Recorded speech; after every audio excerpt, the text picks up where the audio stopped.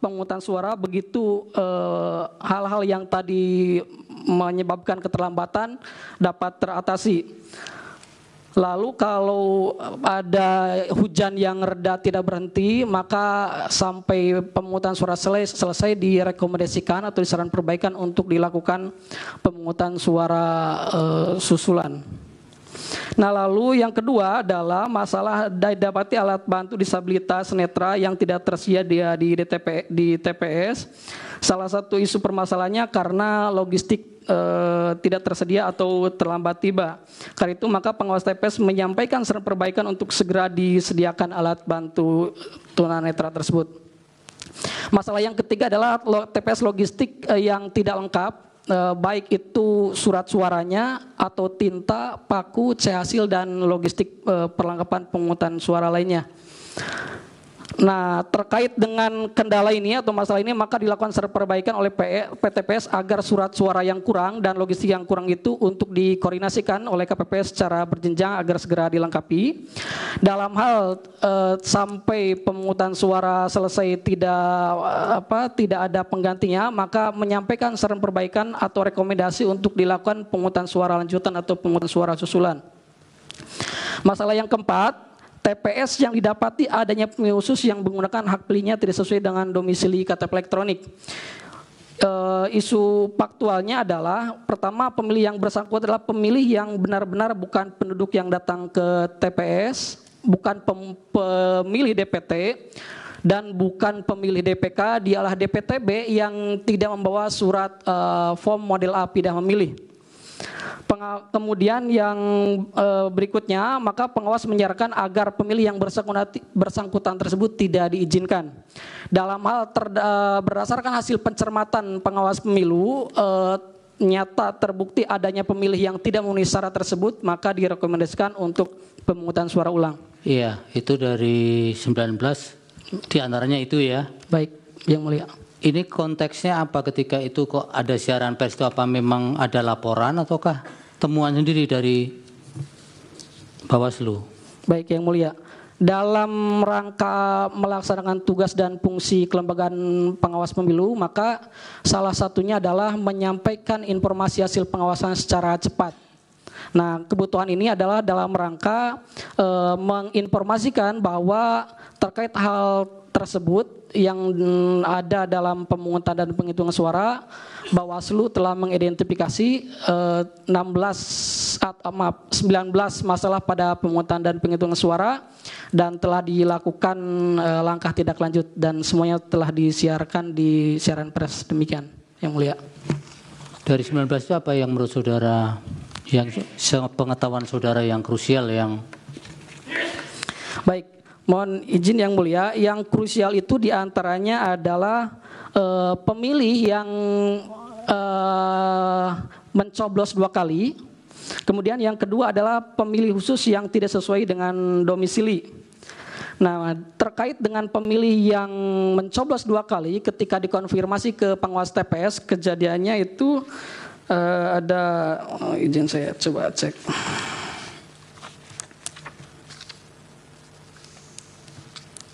Ini temuan di mana? Apakah bisa menunjukkan tempatnya? Bisa Yang Mulia. Ada. Saya coba ambil case, mohon izin nanti juga dari saksi lain akan memberikan tambahan. Iya, nanti ini ada pendalaman dari hakim karena yang diminta sebenarnya bukan seperti ini. Tapi lanjutkan dulu. Lanjutkan.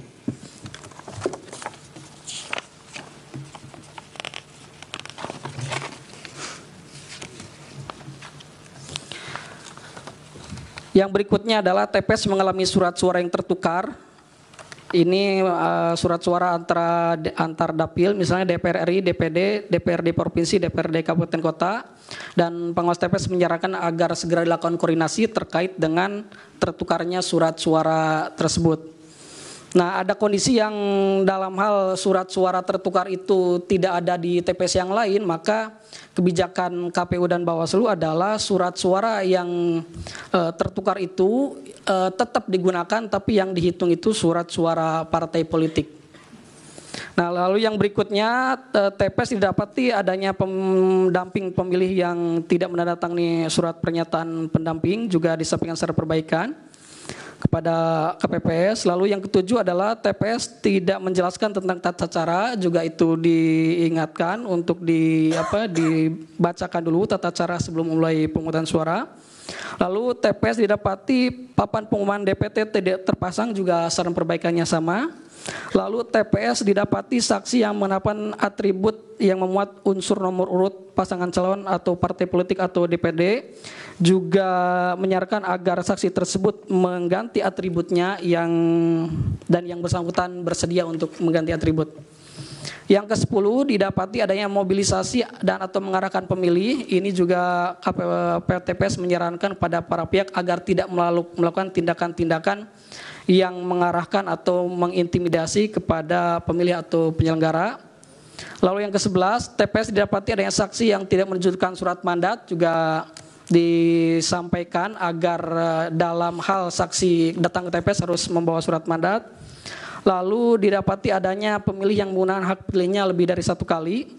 Kejadiannya ada yang faktual memang dia mencoblos 2 kali, ada yang berdasarkan pandangan pengawas TPS ketika surat suara dari KPPS itu terkirim double kepada pemilih, itu oleh pengawas TPS juga dihitung 2 kali, kejadian demikian. Lalu ada juga surat suara yang telah tercoblos, dalam hal diketahui sebelum pencoblosan maka diminta agar dikembalikan kepada KPPS.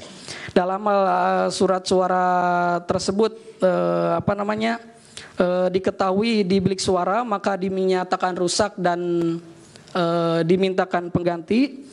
Dalam hal terdapat pemilih yang nyatanya menggunakan hak pilih lebih dari 1 kali, maka berdasarkan pencermatan PTPS berkonsultasi kepada pengawas di atasnya, disampaikan saran atau rekomendasi untuk pemungutan suara ulang. Lalu berikutnya terdapat intimidasi kepada pemilih dan atau penyelenggara pemilu. Intimidasi itu berupa verbal ataupun non verbal. Ini dilakukan oleh pemilih karena pemilih itu berada di luar kategori DPTB, DPT ataupun DPK, dan yang bersangkutan itu memaksa ingin masuk TPS. Kemudian tidak berkenan menunjukkan KTP elektronik atau suket sehingga menyampaikan intimidasi secara verbal, terlambat datang dan tidak diizinkan masuk TPS karena waktu pemungutan suara telah selesai. Lalu yang berikutnya 6 masalah pada penghitungan suara. Pertama adalah TPS yang didapati adanya Sirekap tidak dapat diakses, diantaranya karena jaringan internetnya tidak stabil. Yang kedua, TPS melakukan penghitungan suara dimulai sebelum waktu pemungutan suara dimulai karena sudah tidak ada pemilih, namun disampaikan saran agar tetap dimulai pada pukul 13. Lalu yang ketiga, TPS didapati adanya ketidaksesuaian jumlah penghitungan surat suara sah dan surat suara tidak sah dengan jumlah pemilih yang menggunakan hak pilih. Pengawas TPS menyampaikan saran agar dilakukan pembetulan atau renvoy. Yang keempat, ada TPS yang didapati pengawas TPS tidak diberikan model C hasil salinan. Kejadiannya karena KPPS tidak ada mesin fotokopi di TPS, tidak memindahkan C hasil ke dalam C hasil salinan. Kemudian pengawas TPS menyarankan agar diberikan model C hasil salinan dalam bentuk soft copy. Masalah kelima, TPS yang didapati saksi pengawas TPS dan masyarakat tidak dapat menyaksikan penghitungan suara dengan jelas. Kejadiannya karena lokasi TPS berada di lokasi yang sempit di antar bangunan atau di ruang kelas. Kemudian ada juga terjadi pemadaman listrik. Pengawas TPS menyarankan agar dalam hal pemilih tidak dapat menyaksikan secara jelas, meminta KPPS untuk bergeser posisinya agar masyarakat dapat menyaksikan proses penghitungan suara secara jelas. Masalah yang keenam, TPS didapati adanya intimidasi terhadap penyelenggara. Intimidasi terjadi karena terdapat peserta pemilu tidak menerima hasil surat suaranya, hasil penghitungan suara atau warga tidak menerima hasil perolehan calon yang didukungnya. Maka pengawas TPS berkoordinasi dengan berbagai pihak, baik KPPS maupun keamanan, untuk dapat bebas dari intimidasi terhadap penyelenggara pemilu. Demikian yang mulia. Baik. Jadi itu kumpulan-kumpulan masalah yang dihimpun kemudian disiarkan pers gitu ya. Betul Yang Mulia. Tapi data-data setiap kasusnya ada ya? Ada Yang Mulia. Baik, kemudian Hari Dirmanto. Baik, saya. Iya, dari Kalimantan Timur ya? Ya. Sebagai apa ini, saudara di sana? Kehadiran kami sini untuk menerangkan. Bukan saudara dari Kalimantan Timur Ya. di Bawaslu Kalimantan Timur? Ya, sebagai ketua di Bawaslu Ketua ya. Provinsi Kalimantan Timur. Jadi tetap melekat ya sumpah saudara sebagai penyelenggara. Baik. Berlaku juga di persidangan ini sehingga diharapkan tidak berbohong di persidangan ini. Silakan Pak. Ya, izin memaparkan dengan slide Yang Mulia.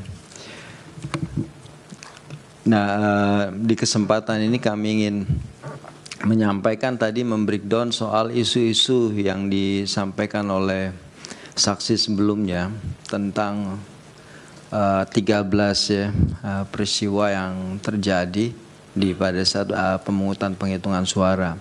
Sebenarnya kalau dalam rekap laporan pengawas TPS kami kepada Bawaslu Provinsi Kalimantan Timur itu cukup banyak identifikasi persoalannya. Cuma karena Bawaslu Republik Indonesia membuat kategori, kemudian kami memasukkan persoalan-persoalan itu ke dalam kategori saja, yang selebihnya kita kesampingkan. Nah, sejauh ini ada 2.522 data yang masuk soal kejadian-kejadian khusus pada saat pemungutan penghitungan suara. Kemudian dilakukan validasi menjadi 1.851. Kemudian kita bagi ke dalam beberapa kategori. Nanti kalau kita bisa telusuri peristiwanya ada di TPS apa aja melalui tayangan ini. Ini bisa dipisah Pilpres atau gabung dengan? Nah, penyampainya semua bulat soal berhubungan dengan pelaksanaan Pileg dan Pilpres ya? Ya, Pileg dan Pilpres. Nah, kalau dalam slide ini bisa kita lihat bahwa kejadian-kejadian seperti TPS dibuka melewati. Gak bisa dipisah ya antara persoalan yang berkaitan dengan. Nanti bisa kelihatan pada saat kita lihat back data dasarnya, sumber data masalahnya.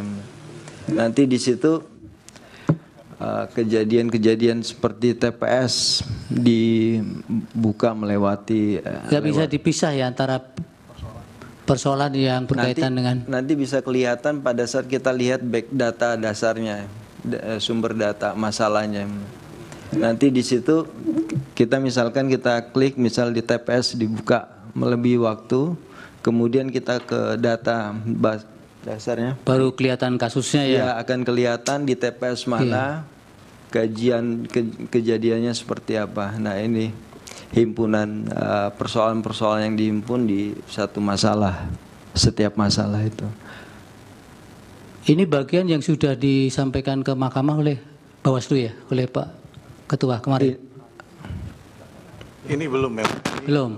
Ini sistem teman-teman Provinsi Kalimantan Timur yang menurut kami bisa dijadikan best practice ke depan. Ini berbeda dengan Siwaslu karena Siwaslu pakai pertanyaan ya dan tidak, kalau ini lebih kepada LHP, laporan hasil pengawasan. Demikian yang mulia. Sampaikan ini berikut akan kami sampaikan sebagai bukti tambahan. Berikut akses kepada yang mulia untuk melihat tentang Provinsi Kalimantan Timur. Berupa apa nanti yang diserahkan ke Ini Mahkamah? Excel dan juga ini bisa diakses oleh yang mulia. Oke, lanjutkan dulu. Ya, baik.